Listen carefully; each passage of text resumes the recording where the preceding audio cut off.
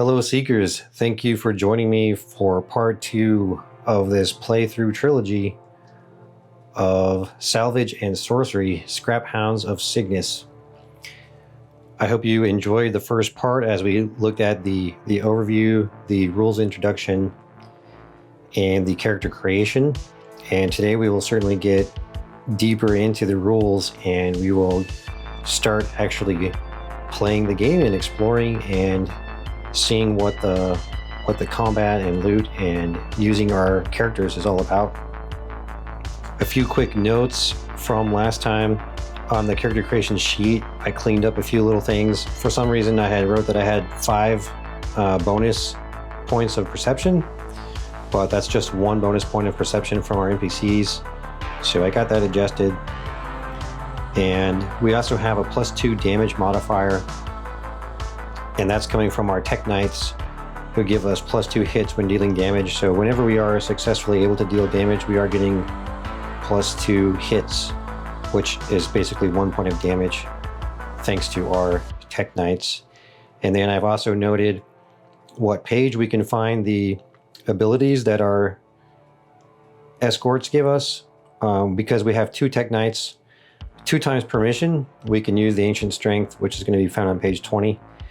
And once per mission, we can use the Zenorian Will, which is going to be found on page 24, and that's coming from our mage character, our Warp Weaver. And so that takes care of that, and then we can get into mission generation. And so when you are at the Cygnus station and you're getting ready to start a mission, you can go and you can buy equipment, and you're going to need money to do that. You would need scrip, which is the currency, and we do not have any scrip right now. So we could go and buy some gear, or like maybe stim packs or other things that could help us in the mission. But your first mission can be a little tough because you do not start with any scrip, so you have to be a little bit careful. And we are not going to be going to buy anything, obviously, but we are going to generate our mission now, and so we'll just hop right into it without stopping at a shop or anything like that. And we're going to use our rules summary again, and you can follow along with me if you are looking at the rules summary. And I'm actually going to be reading it off camera over here. So the first step we want to do for the gameplay, we're going to get our squad together and buy equipment and gear, which like I said, we're not going to be doing that now because we don't have any money. And we're going to find out what kind of mission we're going to be doing, and we're going to roll on the mission table here, and that's a D10 table, and you can also find that on your table's reference sheet. So let's roll D10 and find out what mission will be our first mission. And that's going to be a 7, and that is going to be a rescue mission. So we're going to want to go in and find someone that needs to be rescued. So let's see what the details of a rescue mission are. Now the objective is to locate and rescue an important person or a captured ally. Scraphounds will need to infiltrate enemy-held areas, secure the hostage, and escort them safely while fending off attacks. During a rescue mission, you must first find the person that you need to rescue, and this is done with the UD8, so you would use the usage die starting at 8, and you make a check every time you enter a new area. And once you find the person that you need to rescue, you must head towards the extraction with them. And unfortunately, they can be targeted by enemies, and they will not fight back, so you have to keep them alive. And it says here that this escorted person would have a health of 12 and a defense of 4+. So who are we going to rescue? We need to roll a d4 to find out who we would rescue here. And that is a 2. So we're going to be rescuing a turncoat with critical information. So someone has maybe come over to a different side, and they have some critical information they want to share with us. Maybe they defected from one of the hostile factions in the game. There are 5 factions in the game. So let's see what our next step is going to be, and we are going to roll on the mission site table and determine where the mission is going to take place. So we have the mission site table on our reference here, and we can also just go ahead and turn there in the book, and we're going to be rolling a d20 roll here to see what mission site we will be conducting our mission at, and that is a 10. So we're going to be going to the Ancient Cryostasis Vault. That sounds pretty cool. The Ancient Cryostasis Vault. So let's go ahead and turn to that page and check out what the vault is all about and what we're going to encounter there. Now, every location has some different, factions and events that you may encounter there. So what's the Ancient Cryostasis Vault? Cryostasis vaults contain the preserved bodies of those who refused to endure the fall of civilization. Unfortunately for them, it was all in vain, since the vault systems are failing and the once pristine chambers are now covered in frost and ice. The inhabitants' secrets and possessions are locked away within the large storage rooms waiting to be uncovered. Okay, so that means there's potentially a lot of loot here. That's always good. And we could be encountering mutants or raiders here. On a 1 to 3, we would encounter a mutant, and on a 4 to 6, we would encounter a raider. And then we have a list of unique events that will take place here in this area.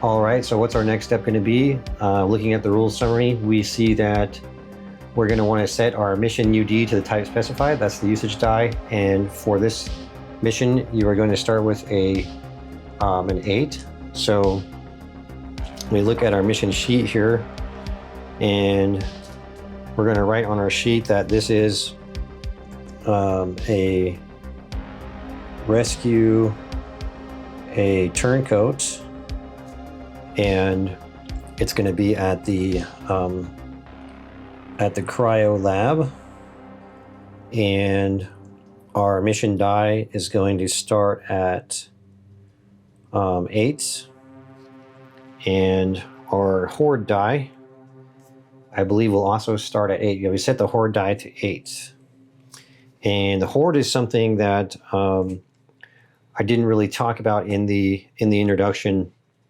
but a horde is a special kind of enemy encounter that you can have where you are encountering a large group of enemies. It could be something like 15, 20, 30, even 40 enemies, I think, or even more than that. And there are certain mechanics to how you deal with that, and it's pretty tense and pretty cool. So I'll definitely be showing that. If we do not encounter a horde in our gameplay, I will at least try to make a point to show that before we have finished all the gameplay, and that would be in the 3rd episode if we don't see one in part 2 here. All right, so next we are going to explore, and each area is going to be kind of like a unit, and then it's connected by area connectors, which, as you can see on our table's reference here. So let's take a look at our map, and I went ahead and grabbed another D8 to represent a horde. So this black D8 is going to be a horde, and this smoky D8 is going to be the mission die. And so whenever we enter a new area, we will roll those. I believe that you don't roll them in the first area, and also in the first area, you do not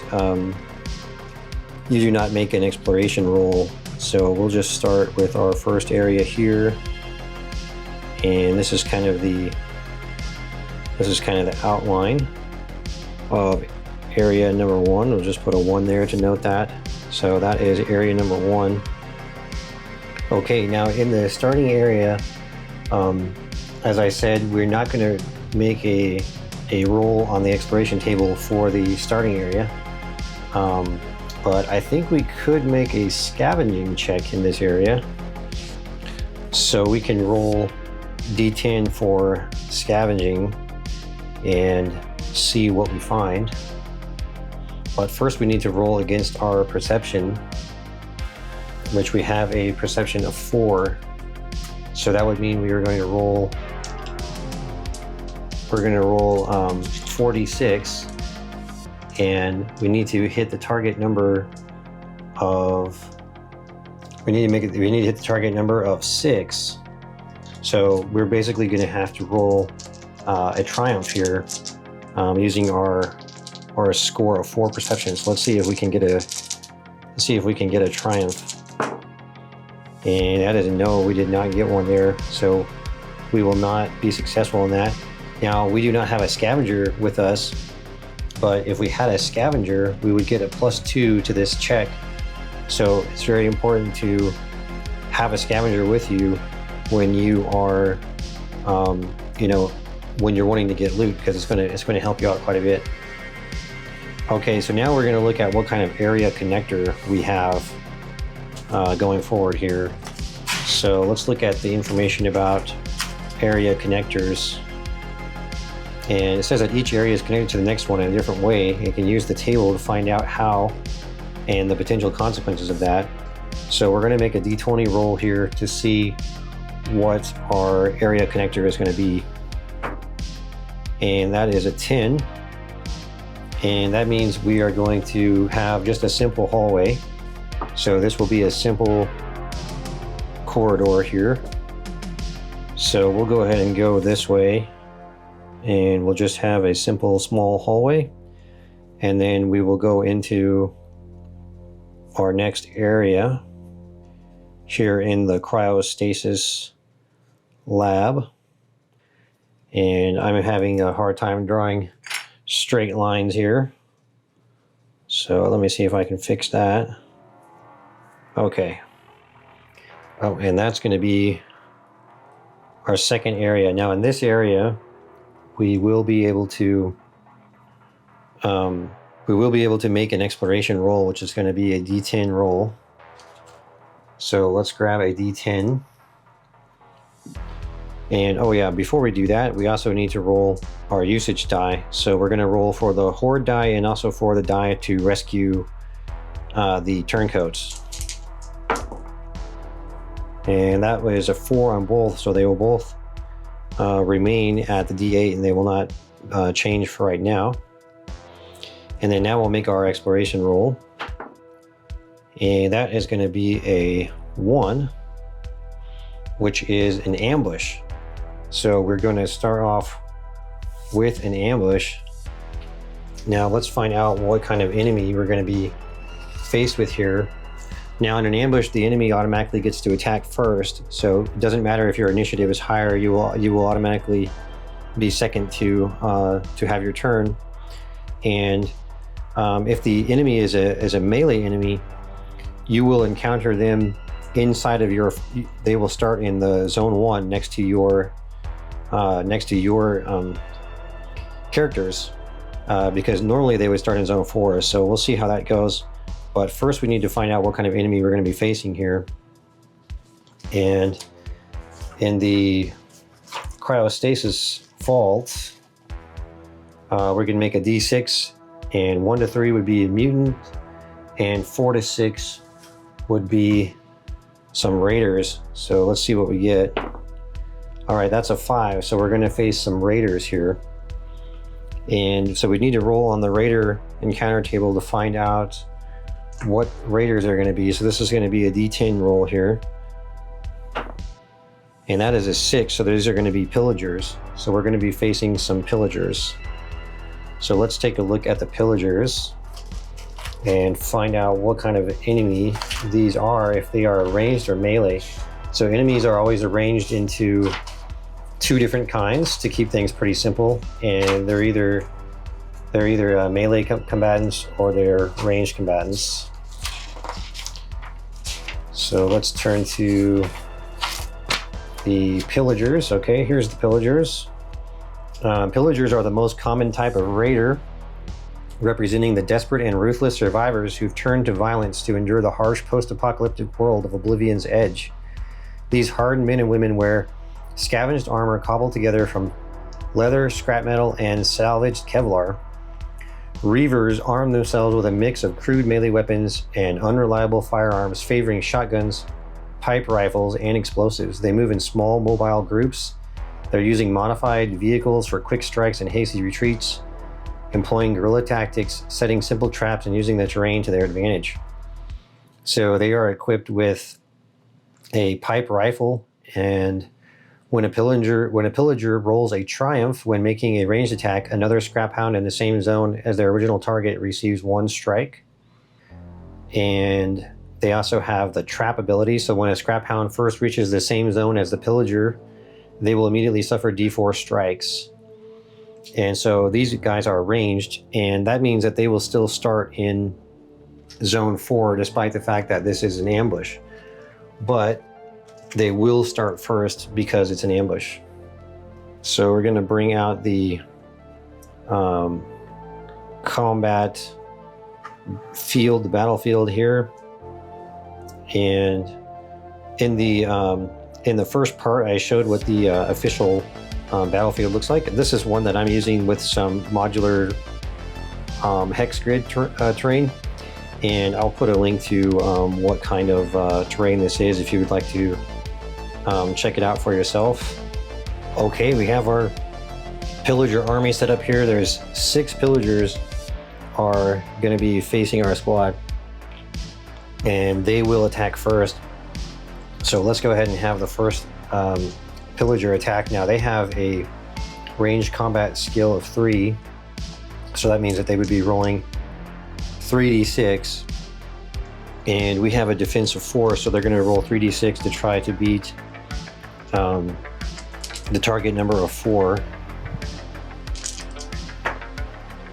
And that's all 5, so that is all hits right there.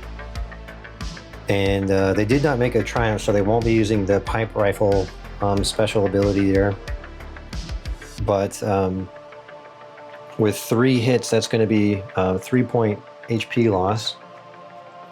So that means that Atlas and the squad will be going down to 34 of 37. Okay, and then for the pillagers, I have each one on a different color base, so we'll use the different color to keep track of which one is which as we are able to do damage to them and as they're able to damage us. Okay, so now the next pillager will attack. Let's say that was the red one, and that's going to be a 6 and a 4, so that's also going to be 3 strikes there. And now if we had a Scraphound in the same zone, okay, so we do have other Scraphounds in the same zone will receive 1 strike. So I guess in this case it would be a +1 strike, so that's actually going to be 4. And because they had a triumph, they'll also get to roll again here. And 5, so that's another 1. So that's going to be a total of 5 strikes there. That's going to bring us down to 29.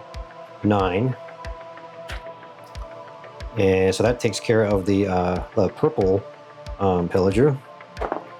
Oops. And now we're going to want to get D3, D6, 3d6 here for the next one. And that's going to be also a 6 of 5. So that's 3 strikes again.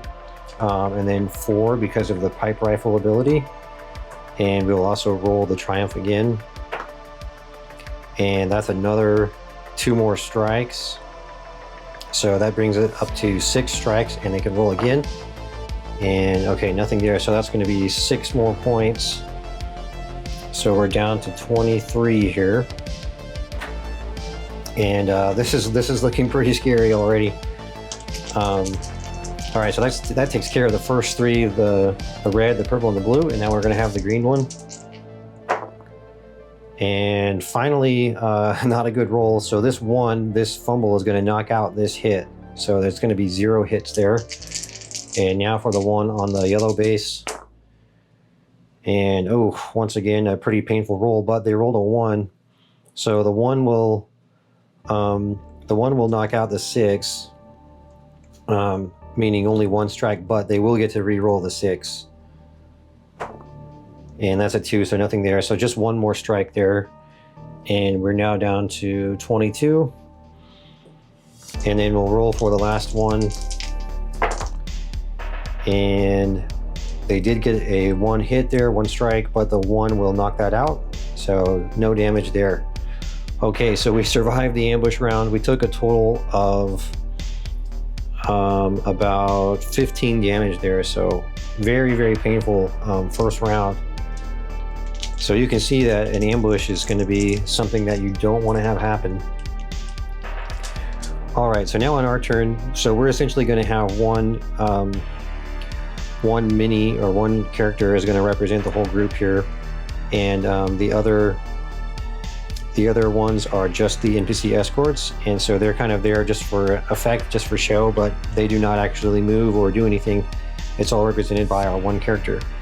But we do have several standard actions, which means several times that we could attack or move or something like that because of our escorts. So we have a total of 4 standard actions that we can make. So in this case, we're probably just going to want to attack them as much as we can. And we're going to want to look at our range skill. And our range combat is 4. And I believe that we do have some bonuses from the Hellfire Carbine, which is the weapon that we have right now. So let's double check that. So we have +1 ranged combat, and the weapon also deals +1 damage per round of combat to a maximum of 5. So we're in round 1, so we get +1, and that's something that I didn't note on the ranged combat here, that we actually have a ranged combat score of 5. So I'm going to write that down now.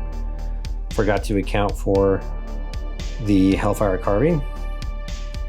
All right, so now we have our ranged combat score of 5 with a +1 bonus from the weapon. And we are also going to have +1 per round. So round 1, it would be +1 damage. So we're going to have a ranged combat score of 5, which means we would throw 5d6 whenever we make an attack, and we're going to be going up against a defense of 4+. So every one of our dice needs to be a 4 or higher, and that looks like a pretty poor roll there. The 1's going to knock out one of the strikes, and we did get 1 strike, which is a 4. And we're going to get +2 because of our 2 Tech Knights, and we're also going to get +1 because of the round bonus with our weapon. So that's going to be a total of +3. So that's going to be a total of 4 strikes. So we will deal 4 damage. We'll just go ahead and say to the one with the red base here. So his health is at 5, so he's going to be down to 1.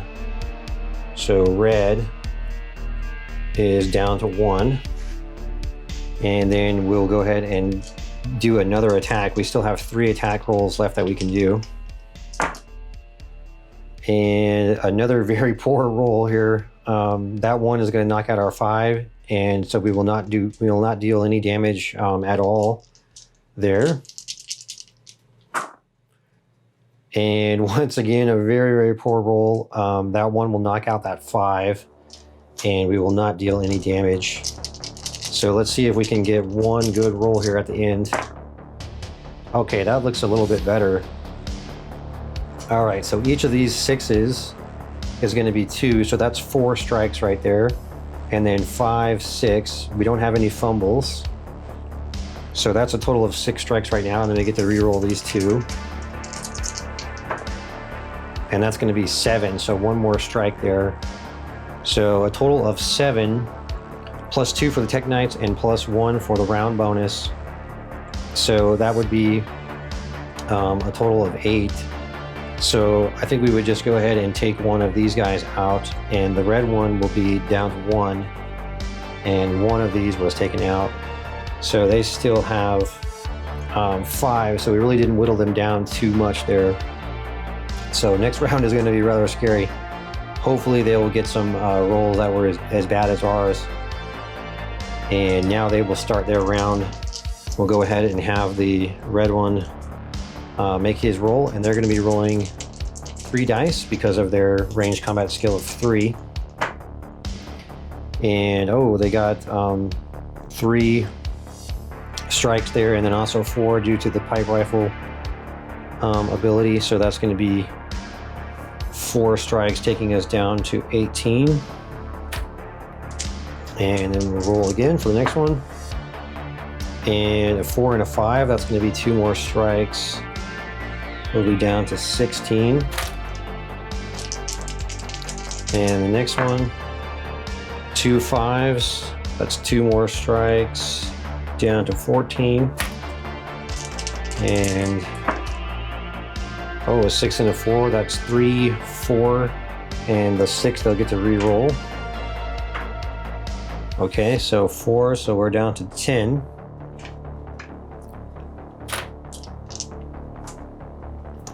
And they've got 1 more to go here.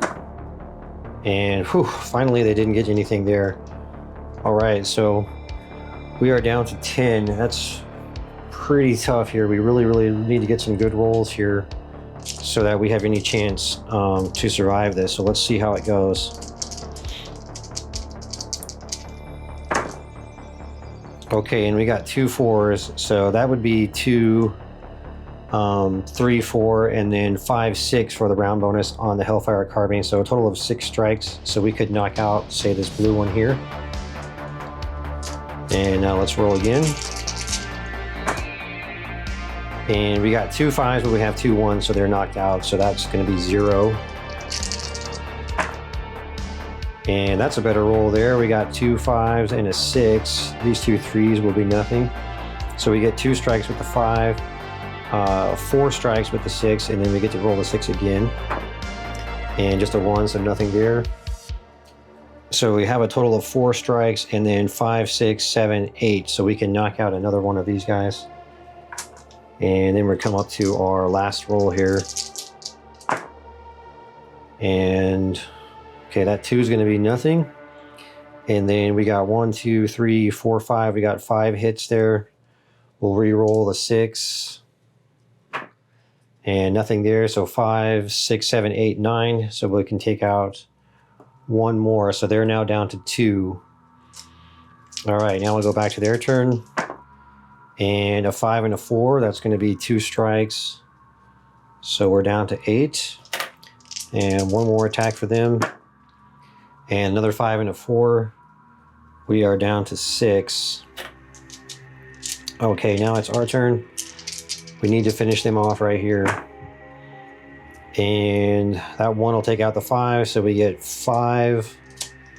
We get 1 strike, and then plus 2, that's 3, and then plus 3 for the round bonus. So that's going to be 6. So we take out 1 more, and then we just have the 1 red pillager who only has 1 health left. And that's plenty of strikes right there, so he will be eliminated.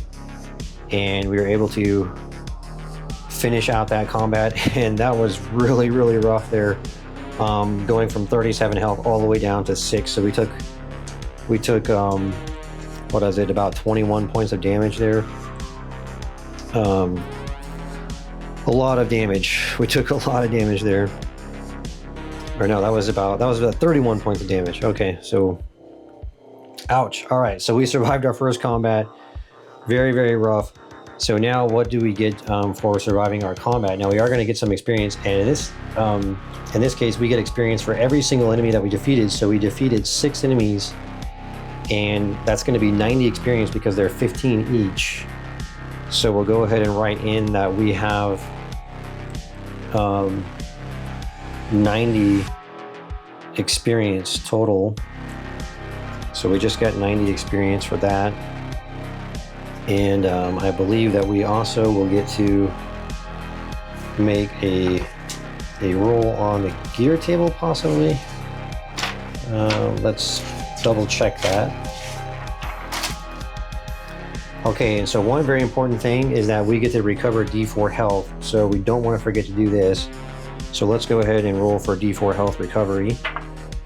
And we got a 4, so that's very good. So that's going to put us back up to 10 health. And I'm noting the health here on this little scrap paper here. So we do actually have 10 right now and not 37. I'll just go ahead and put 10 right there. So we did get a little bit of recovery there. And we also get to roll for loot on the loot table. And when you win against standard enemies, you get to roll once on the loot table. And when you defeat a leader, you get to roll twice. And the loot table is really cool because it has some, it's a large list of a D100 list. And there's actually some very powerful items on there. So there's quite a bit of luck involved here that can really help you out. And one really cool thing that you can do, you can use your determination points to actually re-roll on the table. So it could help you to get some loot that you really need. Like in this case, if we could get some kind of a healing item, that would be super helpful for us.